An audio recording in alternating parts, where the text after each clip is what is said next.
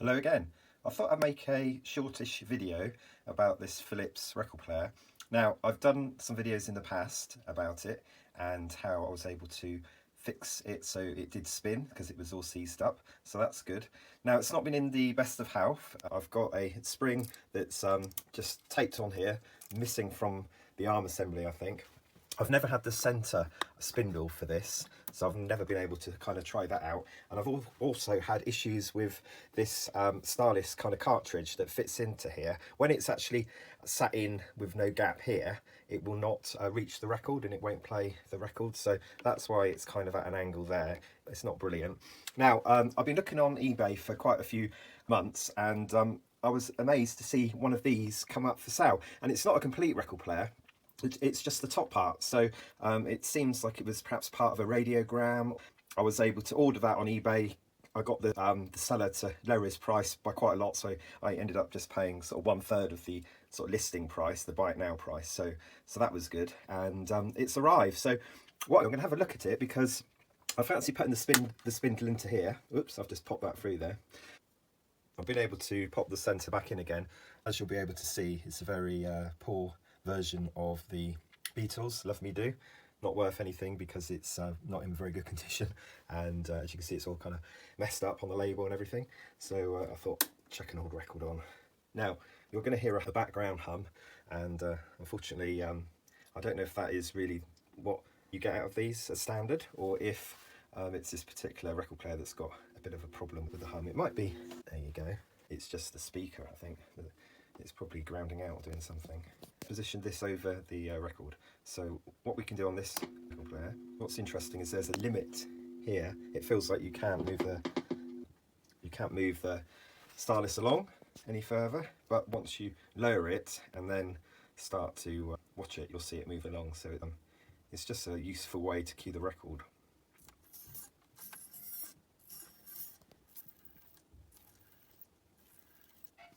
So as you saw, it was lifting itself up and down a bit. The mat on this is not great. Let me just take the record off. It's all kind of very slidey and skiddy. That arm is freely movable. There's nothing to kind of keep it in place. So yeah, I'm not too sure where that screw's come from. I might see it actually on the other one that's in the box. So let's get the box and take it apart and have a look and see what I've been sold, or what I've bought. This is the box.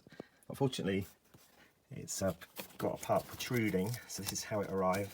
I guess we may have a slight dent there to think about. Looks a little bit sort of bent, doesn't it? But no, the rest of the box is reasonably wrapped up well. Unfortunately, probably not quite big enough for the turntable inside. But anyway, let's get this box open. I'm going to try to open with one hand. So not a great deal of protection on the base of the unit while it was in transit. It's got a floaty, that's something I can try in my existing one. That's model number AG1025.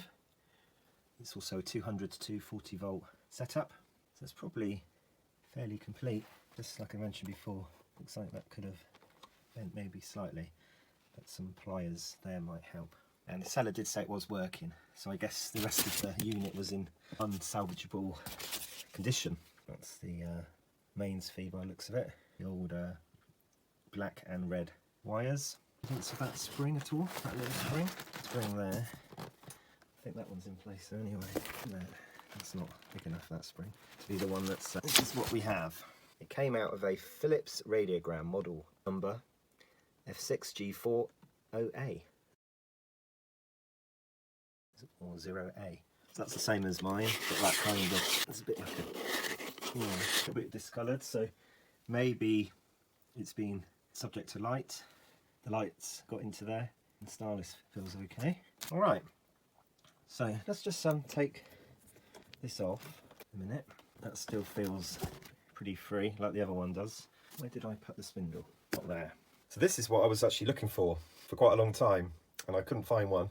And the problem with buying any old spindle is it's just not going to be the same, is it? It's just not going to fit. So that's probably worth the price I paid. We can stack a record up. Still not sure about that spring there. So looking at this, it's got to be inside the arm. Well, it's very handy to have extra parts, always handy. Found a couple of records to put on, a Buddy Holly one and a record by the Searchers. Let's press start. Start is not engaging, so I'm stopping it now. Got that hum back again. So it's totally off there. Let's try that again. Let's try it with the spindle. Ooh, thinks it's a 33. Okay, let's get the next one down. Something is telling it. Now, all I can think it is that's telling it it's a 33, or a 12-inch record I should say, is it's this. Maybe this is what's missing one of the springs. So this should be indicating that it's playing a 45, which is a 7-inch, and when you've got the 12-inch, it should be down to kind of prove that you're playing a 12-inch record. So, I'm going to have to cue this up manually, and it'll probably play. So my dilemma now is, do I work on this unit, but obviously use the other one as a reference, and try to find out where the spring goes, obviously get the cueing working so it cues to a 7-inch record and a 12-inch record at the right time? Or do I just basically think, okay, the other one is probably in better condition, and let's just swap them over and obviously sort the wiring out. So to do that, I'm going to have to obviously take this all apart, check that underneath everything looks the same on the one that I've just bought, and make a decision then. So it's a really useful thing to have a second one of these that isn't in situ, and I'm able to have a look at the back of it, because I've located where this spring is missing, and I did start to take the screws off here. I think I can just remove this turntable mat. There's a little clip there that I just need to release, and I should have access to where I need to put that spring. So let's give that a go. This is just to show the big spring that I need to replace in the original turntable. That's what I'm going to try to do first. Shock horror. It's not actually that spring. That's the spring. Oh yeah, I guess it's a bit narrower, isn't it, than the one in situ. Well, that's something. Now the wiring is slightly different on the motor, and there's some different colour wires, although they seem to be doing the same thing. So for now I've just decided to hold off trying to replace the whole of the mechanism, and I'm going to work on this one instead. I'm going to use the other one as reference, just if I can repair this one, which I think is a fair move.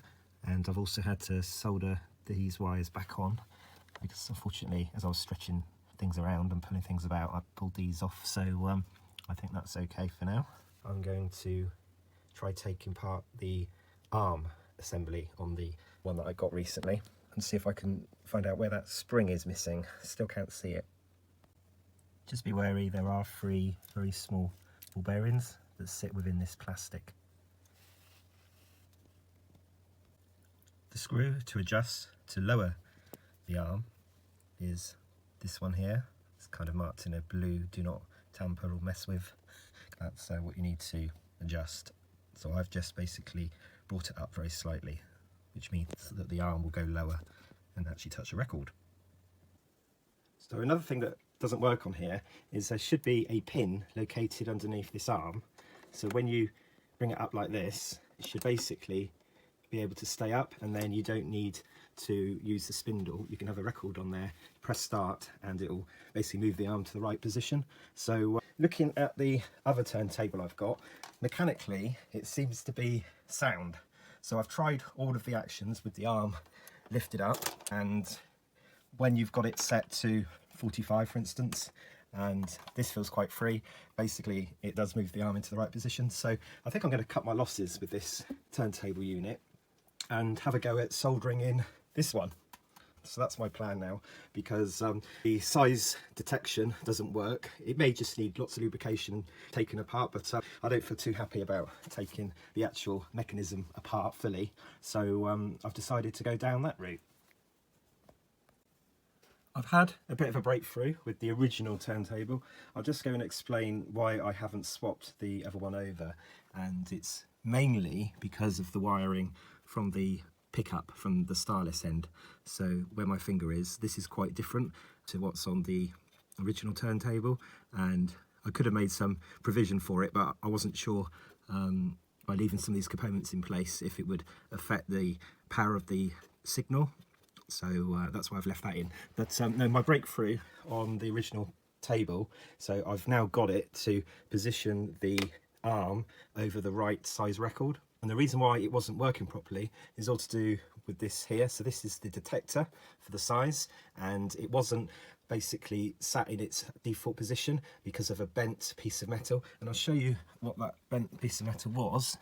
So if you can see where my finger is here, this basically moves that plastic bit in and out, and allows it to detect the size. But on my original turntable, it was actually bent back, so it's really hard to show, but basically inside there, you might be able to see it actually. If I can point to it, and we'll try to show. And I'm going to have to put in the screwdriver behind it. See the screwdriver there? You might be able to just see the end of the screwdriver, and it's basically positioned at a piece of metal which is in contact with that plastic part, and that was bent on the original turntable. So that was bent back, which meant that it kept going to the 12-inch size or the LP size by default. So with that bent forward, which is what I've been able to do on the original turntable, it now goes to the right place. So I'm going to assemble everything back together and power it all up and give you a quick demo.